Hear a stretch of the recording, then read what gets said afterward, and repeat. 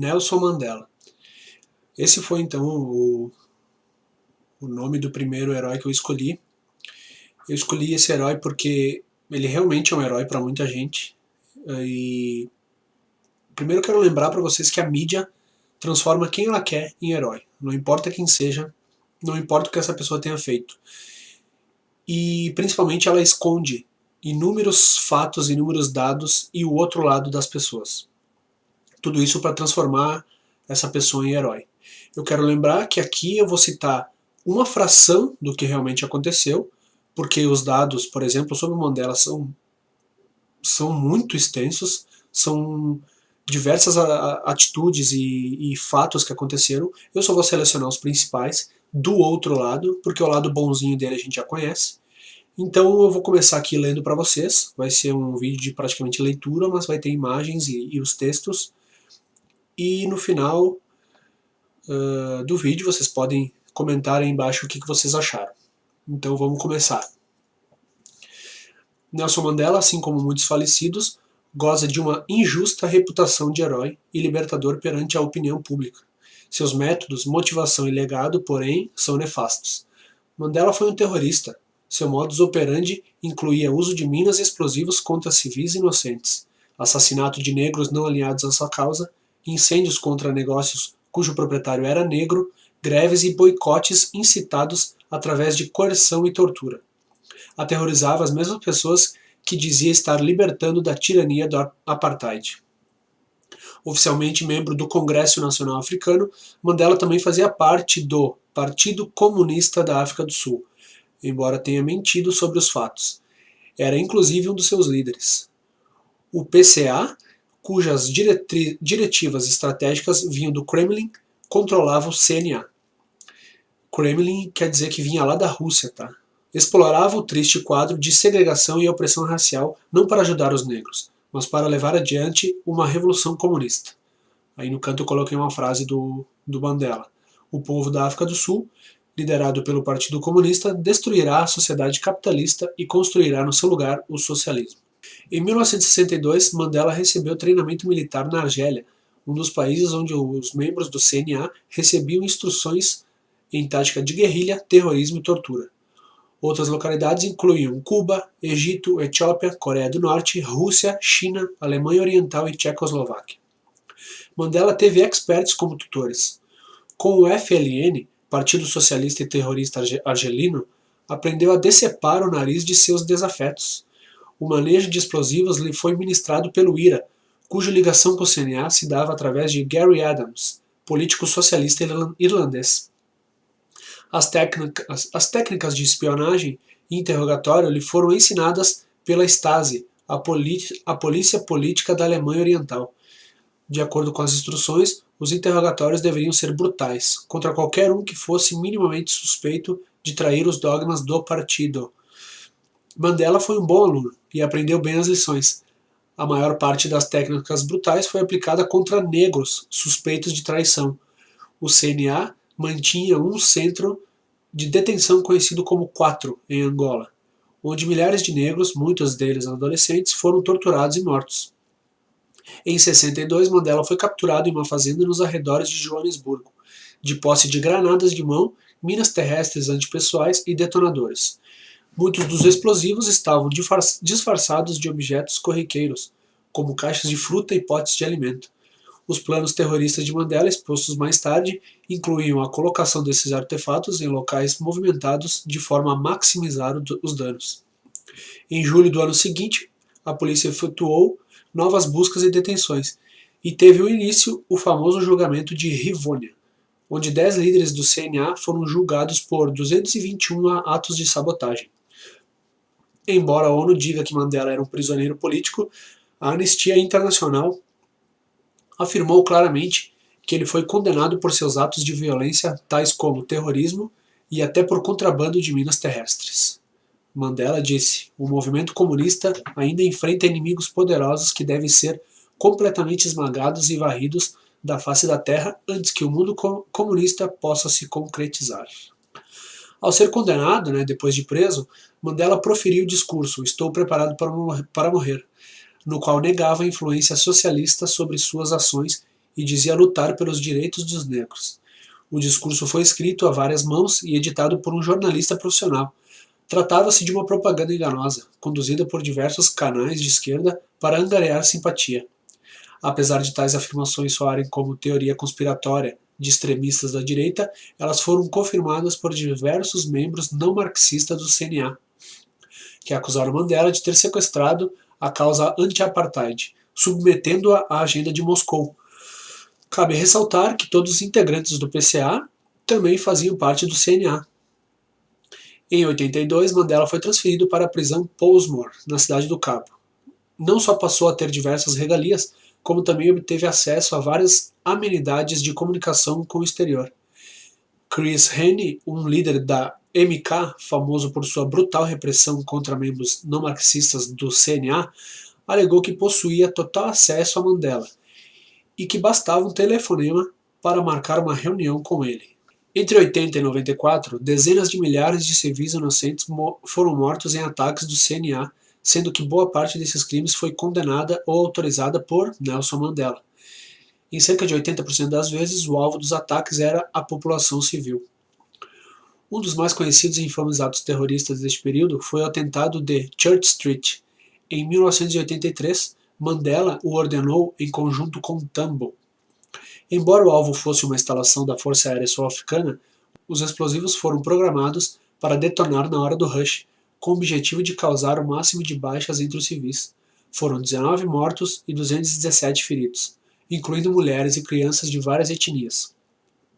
Havia pedaços de corpos humanos espalhados por uma enorme área. No seu livro Um Longo Caminho para a Liberdade, Mandela confessa que autorizou pessoalmente diversos atentados. O ataque ao shopping Amanzimtoti, por exemplo, matou 2 mulheres e 3 crianças. Somente entre 85 e 87, as minhas terrestres colocadas nas estradas rurais pelo CNA custaram 125 vidas inocentes. Entre 84 e 89, cerca de 7.200 casas de negros não membros do CNA foram destruídas, além de 1.770 escolas, 10.318 ônibus, cerca de 50 templos e milhares de carros e estabelecimentos comerciais. Por mais monstruosos que sejam os relatos lidos até aqui, nada disso se compara à natureza diabólica do que relatei agora. Necklace, colar bárbaro. Este termo foi cunhado por Winnie Mandela, que é a esposa do Mandela. Trata-se de um método de execução que consiste em colocar pneus de borracha embebidos em gasolina em torno do corpo da vítima, que por sua vez era forçada a beber combustível. A borracha derretida carcome a pele, enquanto as chamas consomem a pessoa. A morte só chega após cerca de 20 minutos de sofrimento agonizante. Estima-se que 3.000 pessoas tenham sido mortas assim pelo CNA. O método era aprovado e incentivado por Winnie, a mulher de Mandela, que disse em um discurso: "Com nossas caixas de fósforos e nossos necklaces, libertaremos esse país." As vítimas eram praticamente todas negras, acusadas de traição e colaboração com o regime. Incluíam funcionários públicos negros, adolescentes sem engajamento político e trabalhadores que não participavam de greves. Mineiros estrangeiros e lojistas também foram vitimados. Os julgamentos aconteciam na rua aos gritos da turba. Winnie usou o necklace como arma de guerra psicológica. Em 85, Botha, então presidente da África do Sul, ofereceu a liberdade a Nelson Mandela, desde que ele renunciasse à violência. A proposta não foi aceita, e ele só saiu da prisão mediante a ordem incondicional de soltura emitida pelo presidente de Klerk, em 90. 5 anos antes da soltura, o vice-diretor do Comitê dos Direitos Humanos do Parlamento Europeu, Nicolas Bettel, disse que defendia a luta armada, afinal, ele também era socialista. Líderes da esquerda britânica, americana e escandinava ajudaram a trabalhar a imagem de Mandela e financiaram o terrorismo da MK. De Klerk, cuja agenda estava subordinada a interesses globalistas, tratou de esconder do país os planos e atividades do CNA. Os serviços de inteligência sul-africanos foram instruídos a não investigar o partido para não comprometer a imagem moderada que a mídia passava ao mundo. Aí o Mandela fala: sob regime comunista, a África do Sul será uma terra de leite e mel. Na verdade, foi uma terra de sangue, né? Se Mandela era um perigo para as pessoas dentro da prisão, ao sair ele se tornou o flagelo do país. Tão logo se viu livre, o futuro ganhador do Nobel da Paz clamou por uma intensificação da luta armada. Uma onda de terror varreu a África do Sul logo após sua libertação. Nos primeiros 20 dias, 84 pessoas foram assassinadas pelo CNA, 19 delas através do Necklace. Houve inclusive a execução de mulheres acusadas de bruxaria. As sombrias previsões do jornal de inteligência britânico Special Office Brief foram confirmadas. A América do Sul está à beira de um banho de sangue de negros contra negros. O terrorista Mandela não é um líder majoritário e não será aceito pelos Zulus. De fato, os Zulus eram majoritariamente anticomunistas e ferrenhos opositores do CNA. Iniciou-se uma guerra entre o Partido da Liberdade Inkatha, organização conservadora nacionalista Zulu, com o CNA, iniciando as agressões e culpando o Inkatha. Isso é clássico, né? A eleição que colocou Mandela no poder foi fraudulenta. Enquanto a mídia internacional preparava a opinião pública ocidental para uma possível intervenção militar da ONU, a NPKF intimidava o eleitorado de oposição. Homens do CNA pululavam em locais de votação. Crianças receberam documentos falsos para votar em Mandela. A chamada Comissão Eleitoral Independente era liderada pelo esquerdista Johan Kriegler, simpatizante do CNA. E assim o terrorista agraciado com o Nobel da Paz assumiu a presidência da África do Sul em maio de 94. Estima-se que a guerra civil promovida pelo CNA de Mandela tenha tido o sanguinolento saldo de 300 mil mortos desde então. A quem interessa então a farsa Mandela? A África do Sul é rica em ouro e diamantes, além de abrigar um dos 19 pontos de estrangulamento do comércio marítimo internacional. A área de influência de sua marinha de guerra abrange outros 7 pontos de estrangulamento no Oceano Índico. O país possui também uma das maiores reservas de minérios estratégicos do mundo, utilizados em ligas de alta resistência e alta tecnologia eletrônica. Estes recursos são de grande interesse militar. Até 89, 40% de todo o ouro minerado na história era proveniente da África do Sul. Ainda hoje, o país é o maior produtor de cromo e possui 95% das reservas mundiais de metais do grupo da platina. Relatórios policiais indicam que, em 84, Gavin Reddy, CEO da Anglo-American Mining Corporation, já estava em plena negociação com líderes do CNA exilados na Zâmbia. Talvez o fato mais triste de todo esse jogo de interesses sejam os diamantes de sangue, cuja mineração utiliza trabalho escravo e cujas receitas fomentam batalhas entre senhores de guerras africanos. Trata-se de uma indústria monopolística chefiada pela De Beers Consolidated Mines, esta controlada pelo Rothschild Bank de Londres. Pouca gente sabe, mas a libertação de Mandela em 90 foi parte de um acordo com a família Rockefeller. Eleito presidente da África do Sul, Mandela assinou uma declaração dando toda a concessão de exploração de diamantes para a família Rockefeller, mantendo os negros africanos ainda como escravos nas minas de diamantes. Um pouco dessa realidade é mostrado no filme Diamante de Sangue, que tanto desagradou Mandela. A verdade é que Mandela, a serviço da União Soviética quando guerrilheiro, passou a servir aos banqueiros de Londres quando estadista. Mentiroso costumaz, fingiu defender os direitos individuais enquanto endossava o genocídio. Fingiu defender a paz e união entre os povos enquanto protegeu apenas a união de cartéis e de esquemas políticos. Fingiu defender a paz enquanto lutava com a guerra. Acenou para as nossas crianças com a mão encharcada de sangue inocente. Seu legado de horror ainda assombrará a África do Sul por muitos anos. Então essa é a outra face do Mandela. Eu tive que cortar algumas partes por causa do tempo do vídeo. Eu não estou podendo mandar vídeos com mais de 15 minutos. Então essa é a história do Mandela, que resumindo, vendeu a África do Sul para os banqueiros, para os Rockefeller, para os Rothschild. E agora quem manda lá são eles, e são eles que têm escravos lá nas minas de diamante. Comentem e digam o que vocês pensam disso agora.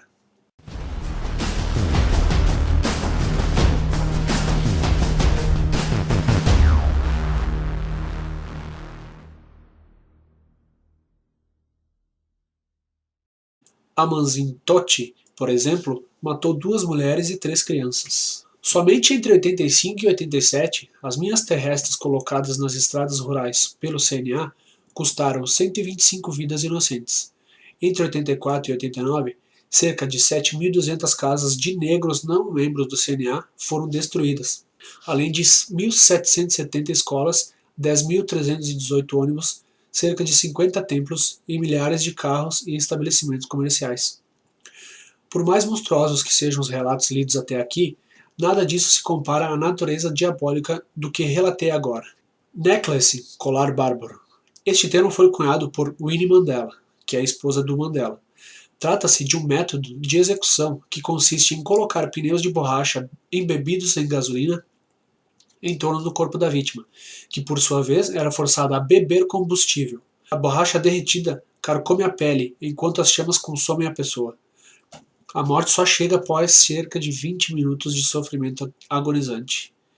Estima-se que 3.000 pessoas tenham sido mortas assim pelo CNA. O método era aprovado e incentivado por Winnie, a mulher de Mandela, que disse em um discurso: "Com nossas caixas de fósforos e nossos necklaces, libertaremos esse país." As vítimas eram praticamente todas negras, acusadas de traição e colaboração com o regime. Incluíam funcionários públicos negros, adolescentes sem engajamento político e trabalhadores que não participavam de greves. Mineiros estrangeiros e lojistas também foram vitimados. Os julgamentos aconteciam na rua aos gritos da turba. Winnie usou o necklace como arma de guerra psicológica. Em 85, Botha, então presidente da África do Sul, ofereceu a liberdade a Nelson Mandela, desde que ele renunciasse à violência. A proposta não foi aceita, e ele só saiu da prisão mediante a ordem incondicional de soltura emitida pelo presidente de Klerk, em 90. 5 anos antes da soltura, o vice-diretor do Comitê dos Direitos Humanos do Parlamento Europeu, Nicolas Bettel, disse que defendia a luta armada, afinal, ele também era socialista. Líderes da esquerda britânica, americana e escandinava ajudaram a trabalhar a imagem de Mandela e financiaram por contrabando de minas terrestres. Mandela disse: "O movimento comunista ainda enfrenta inimigos poderosos que devem ser completamente esmagados e varridos da face da terra antes que o mundo comunista possa se concretizar." Ao ser condenado, depois de preso, Mandela proferiu o discurso "Estou preparado para morrer", no qual negava a influência socialista sobre suas ações e dizia lutar pelos direitos dos negros.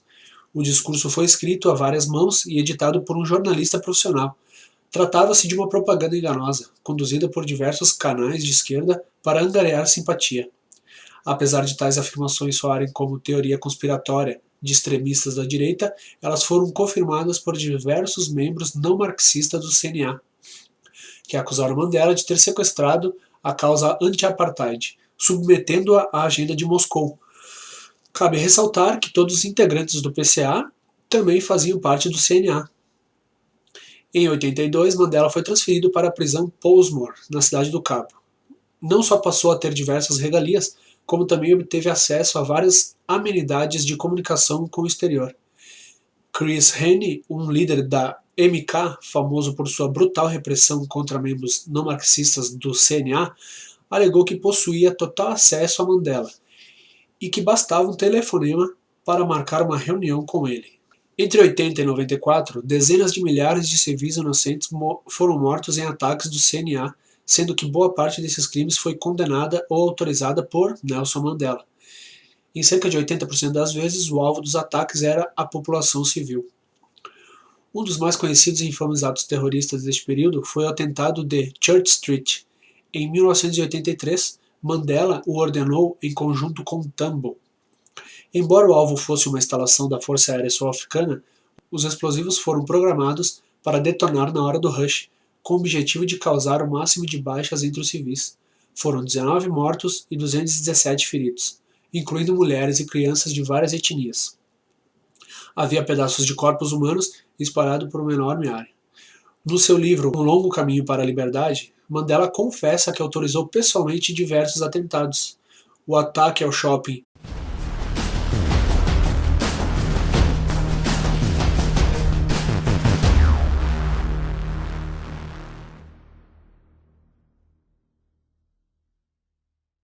Nelson Mandela.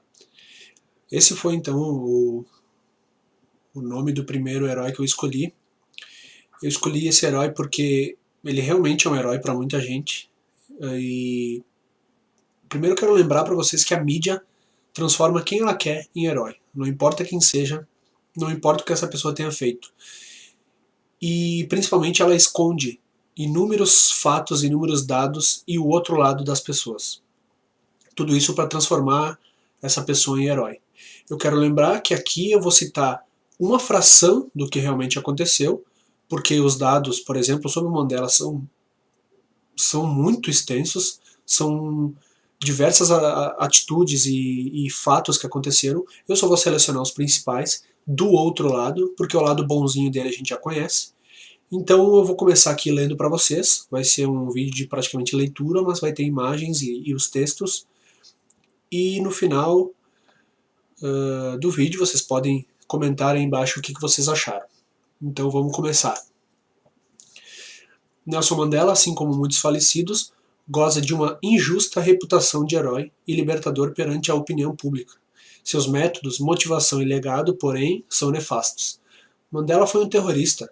Seu modus operandi incluía uso de minas e explosivos contra civis inocentes, assassinato de negros não alinhados à sua causa, incêndios contra negócios cujo proprietário era negro, greves e boicotes incitados através de coerção e tortura. Aterrorizava as mesmas pessoas que dizia estar libertando da tirania do apartheid. Oficialmente membro do Congresso Nacional Africano, Mandela também fazia parte do Partido Comunista da África do Sul, embora tenha mentido sobre os fatos. Era inclusive um dos seus líderes. O PCA, cujas diretivas estratégicas vinham do Kremlin, controlava o CNA. Kremlin quer dizer que vinha lá da Rússia, tá? Explorava o triste quadro de segregação e opressão racial, não para ajudar o terrorismo da MK. De Klerk, cuja agenda estava subordinada a interesses globalistas, tratou de esconder do país os planos e atividades do CNA. Os serviços de inteligência sul-africanos foram instruídos a não investigar o partido para não comprometer a imagem moderada que a mídia passava ao mundo. Aí o Mandela fala, sob regime comunista, a África do Sul será uma terra de leite e mel. Na verdade, foi uma terra de sangue. Né? Se Mandela era um perigo para as pessoas dentro da prisão, ao sair ele se tornou o flagelo do país. Tão logo se viu livre, o futuro ganhador do Nobel da Paz clamou por uma intensificação da luta armada. Uma onda de terror varreu a África do Sul logo após sua libertação. Nos primeiros 20 dias, 84 pessoas foram assassinadas pelo CNA, 19 delas através do Necklace.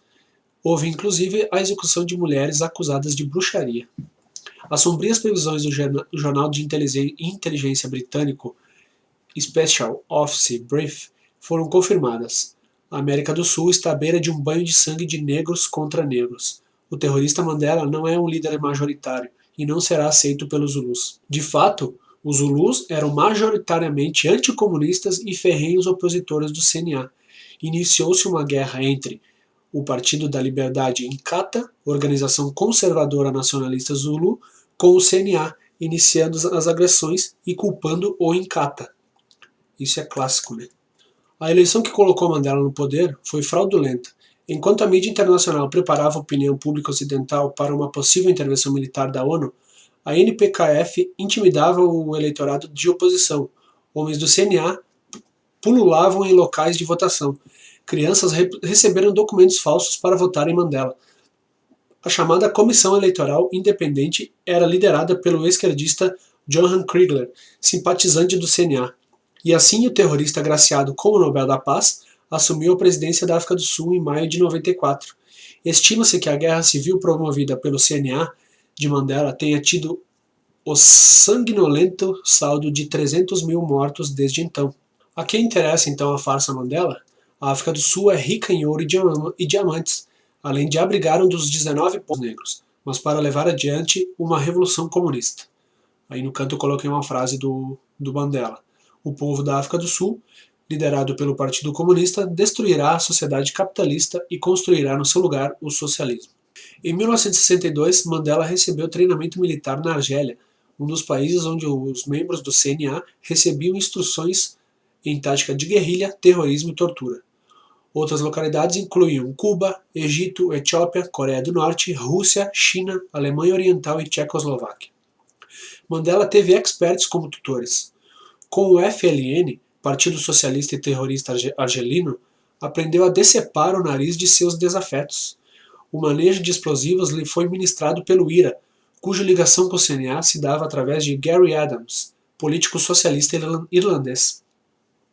As técnicas de espionagem e interrogatório lhe foram ensinadas pela Stasi, a polícia política da Alemanha Oriental. De acordo com as instruções, os interrogatórios deveriam ser brutais, contra qualquer um que fosse minimamente suspeito de trair os dogmas do partido. Mandela foi um bom aluno e aprendeu bem as lições. A maior parte das técnicas brutais foi aplicada contra negros suspeitos de traição. O CNA mantinha um centro de detenção conhecido como 4 em Angola, onde milhares de negros, muitos deles adolescentes, foram torturados e mortos. Em 62, Mandela foi capturado em uma fazenda nos arredores de Joanesburgo, de posse de granadas de mão, minas terrestres antipessoais e detonadores.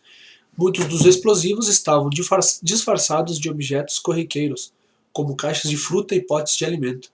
Os planos terroristas de Mandela, expostos mais tarde, incluíam a colocação desses artefatos em locais movimentados de forma a maximizar os danos.